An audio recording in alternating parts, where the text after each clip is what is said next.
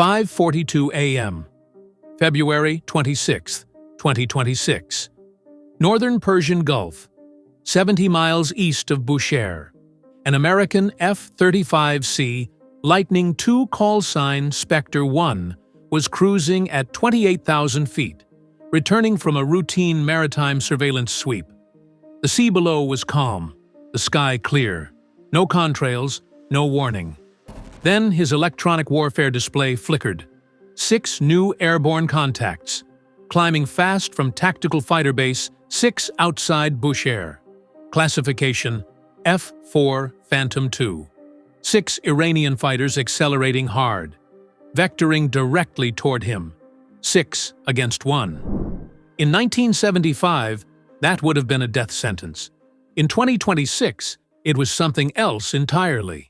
The ghosts of a different era. The F-4 Phantom is a relic from a different century. First flown in 1958, it became a legend during the Vietnam War. A twin-engine brute built for speed and payload, not subtlety. In the early 1970s, under the Shah, Iran purchased over 200 Phantoms. At the time, the Iranian Air Force was among the most powerful in the region. Then came the 1979 revolution. Sanctions, isolation, spare parts cut off overnight. For nearly 5 decades, Iranian engineers have kept roughly 25 to 30 Phantoms operational through mechanical improvisation bordering on obsession. When one jet becomes unflyable, it is stripped down completely. Engines, avionics, hydraulic lines, all harvested to keep others in the air. The J-79 engines inside these aircraft have been rebuilt so many times that few contain original American components. Turbine blades are machined domestically, bearings sourced through shadow networks, wiring replaced by hand. Each operational Phantom is not just an aircraft, it is a resurrection. On paper, the F-4E can still reach Mach 2.2. It carries radar-guided Fokker 90 missiles, Iranian copies of the old AIM-7 Sparrow, plus a 20mm Vulcan cannon with 600 rounds. Its AN/APQ-120 radar can theoretically detect a fighter-sized target at around 60 kilometers, but theoretically is doing heavy lifting. Its radar was designed when disco was new. The F-35 was designed when radar itself became the enemy. The hunter nobody sees. The F-35C Lightning II is not just a fighter. It is a sensor network with wings. Its AN/APG-81 AESA radar can track targets well beyond 150 kilometers. Its distributed aperture system uses 6 infrared cameras to give the pilot spherical awareness. He can literally look through the aircraft via his helmet display. And then there is stealth. The Phantom's radar cross-section is roughly the size of a delivery truck. The F-35's is closer to a marble. The Phantom must search for targets. The F-35 already knows they're there. The decision in Bushehr. At 5:31 a.m., Iranian ground radar picked up a single airborne contact heading southwest, altitude 28,000 feet. Alone, separated from its carrier group. Inside the IRGC Air Defense Command Center, officers studied the track. 1 American aircraft, no visible escort, within intercept range. An opportunity. Authorization to engage came within 2 minutes. This was more than tactical. It was symbolic. 6 legacy fighters against one of the world's most advanced jets. A chance to prove that experience and numbers could offset technology. The scramble order went out. 6 F-4E Phantoms rolled down the runway. Formation call sign, Zulfiqar. The lead pilot, a colonel with 3 decades in the Phantom, including combat during the Iran-Iraq War, conducted his pre-flight inspection by muscle memory. Under each wing, one Fokker 90 missile. In the nose, the Vulcan cannon. He knew the math. One Phantom versus an F-35 was suicide. 6? That was a gamble worth taking. The trap. By 5:49 a.m., the 6 Phantoms were climbing through 30,000 feet. They split into 3 pairs. Zulfiqar 1 and 2 approached from the front. 3 and 4 flanked left. 5 and 6 widened out to sweep behind. A textbook bracket intercept, designed to box in a target from multiple vectors. Ground control fed them continuous updates. Target bearing 215, range 90 kilometers, closing.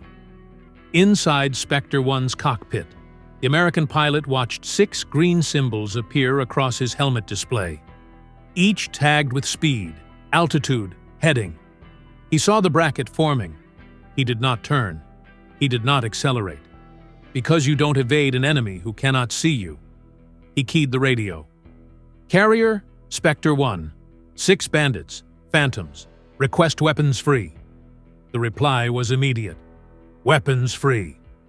At 5:52 a.m., 58 nautical miles from the trailing pair, the F-35 opened its internal weapons bay. One AIM-120D AMRAAM dropped cleanly from the rail. Motor ignited. Bay doors closed. From the perspective of the Iranian pilots, nothing had changed. Their radars swept empty sky. They were flying into silence. 40 seconds later, Zulfiqar 6 vanished in a fireball. No warning tone, no missile alert, just sudden light. 5 Phantoms remained, and none of them knew where death was coming from. The explosion stunned the formation. "Zulfiqar 6 is down!" a voice shouted over the tactical frequency. "I have no visual on the shooter." There was no contrail, no radar lock tone, no warning receiver spike, just fire in empty air. Zulfiqar 5, flying 3,000 feet off his wingman's left, rolled hard right and dumped flares instinctively, reacting to a threat he could not see and could not identify. His radar showed nothing but blue emptiness. Inside the F-35 cockpit, Spectre 1 calmly shifted target priority. Rear threats first. Always remove the aircraft that can see your exhaust. At 5:53 a.m., another AIM-120D left the internal bay. Again, the bay doors opened for seconds, a brief metallic breath, then sealed shut. The missile flew high, then dove. Zulfiqar 5 never saw it. Impact, left wing route. The Phantom rolled inverted before breaking apart. The ejection seat fired half a second before the fuselage disintegrated. 2 down in under 90 seconds. Confusion in the sky.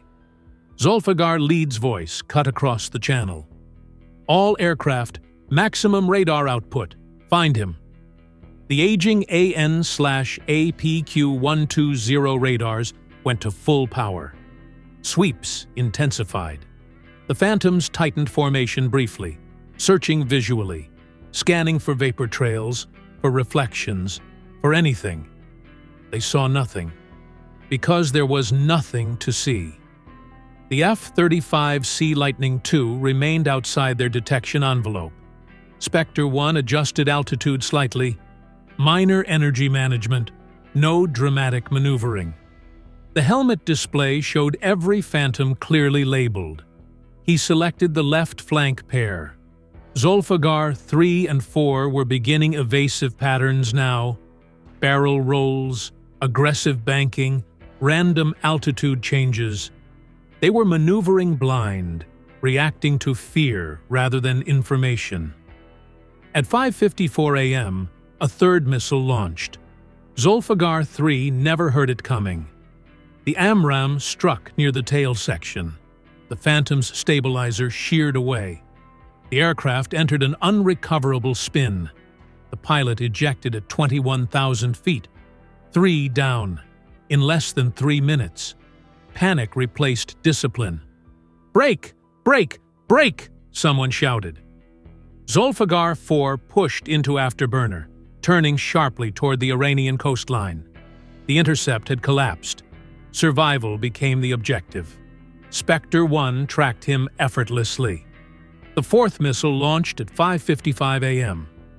This time, Zulfiqar 4 glimpsed something. A flash, a streak, but it was already too late. The AMRAAM detonated behind the cockpit. The aircraft separated mid-air. 4 Phantoms gone.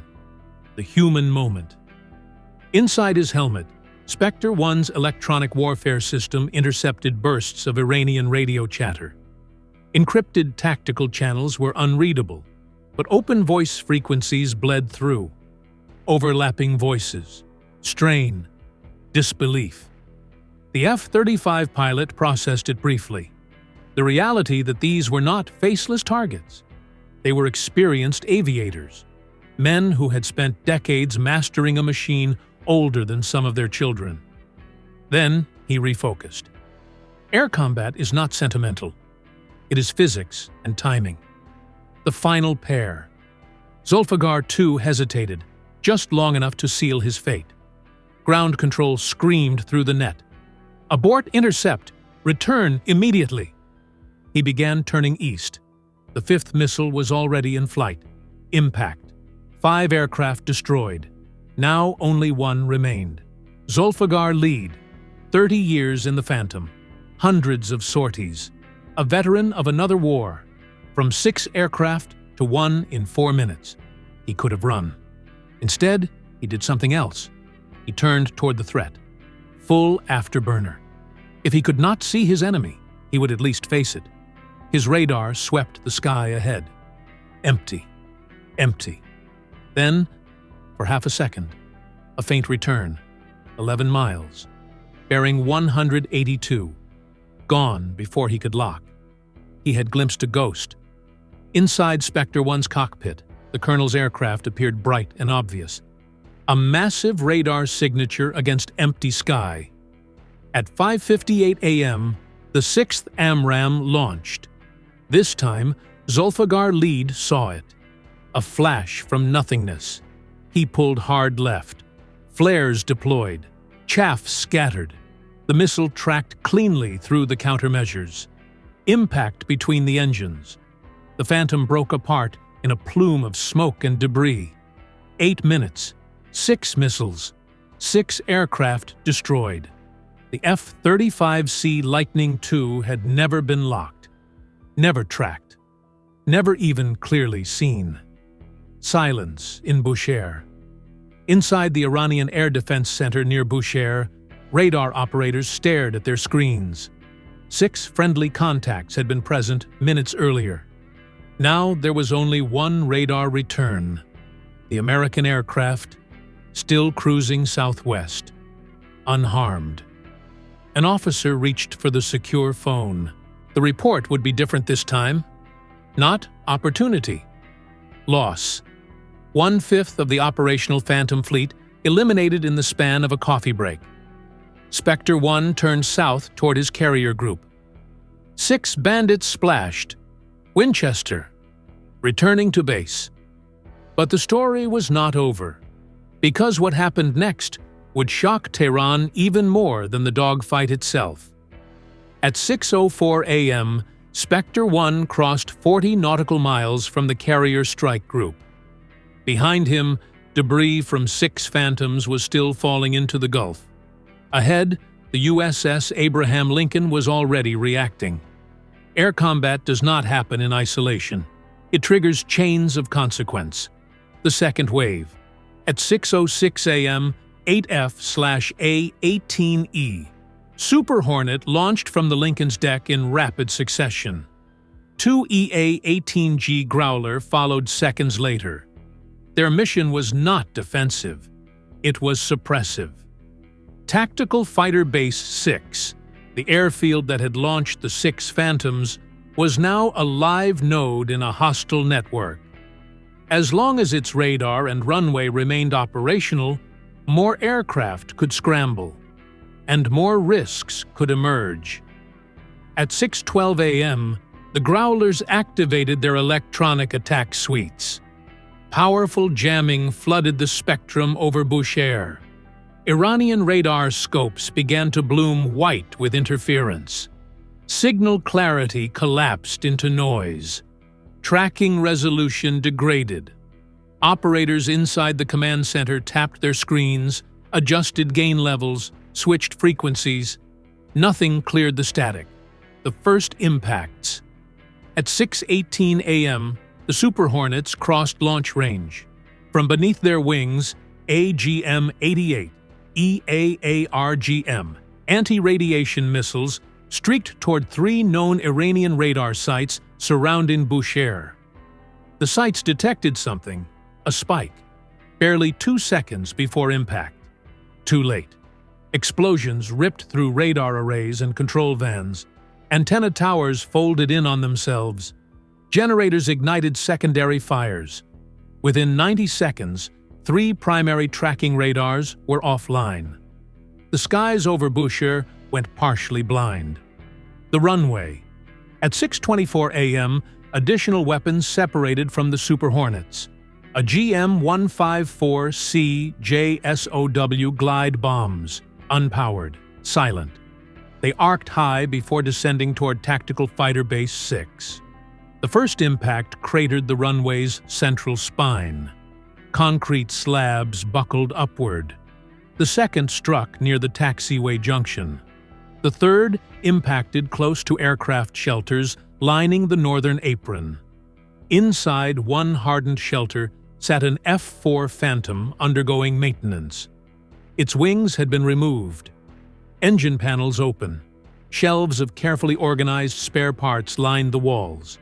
Hydraulic pumps, wiring harnesses, machined brackets fabricated locally over decades.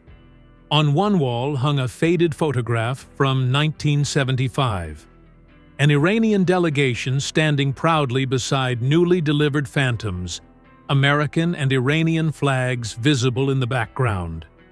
History preserved in a concrete box. The JSOW penetrated the roof. Detonation. The shelter imploded in flame and dust. When the smoke cleared, the Phantom inside was reduced to twisted metal and scattered debris. The parts inventory, accumulated through 47 years of improvisation and salvage, burned uncontrollably. 4 additional Phantoms parked on the apron were destroyed in secondary explosions. Fuel storage tanks ignited moments later. A column of black smoke climbed 300 feet into the morning sky. 30 minutes. By 6:32 a.m., all American aircraft were recovering aboard the Lincoln. Mission duration, roughly 30 minutes. Iranian losses: 6 F-4 Phantoms destroyed in the air, 4 additional Phantoms destroyed on the ground, 3 radar installations eliminated, runway rendered non-operational, American losses: 0 aircraft, 0 damage, 0 casualties, 10 Phantoms gone. Nearly 1/3 of the operational fleet erased. The asymmetry. The economic comparison is stark. An F-35C Lightning II costs around $100 million. The Phantoms destroyed were aircraft first produced in the 1960s, sustained through mechanical dedication rather than industrial capacity. But value is not measured by resale. It is measured by capability. One stealth fighter eliminated 6 airborne threats without ever being targeted. It was detected only once. A half-second radar flicker at 11 miles, too brief to lock.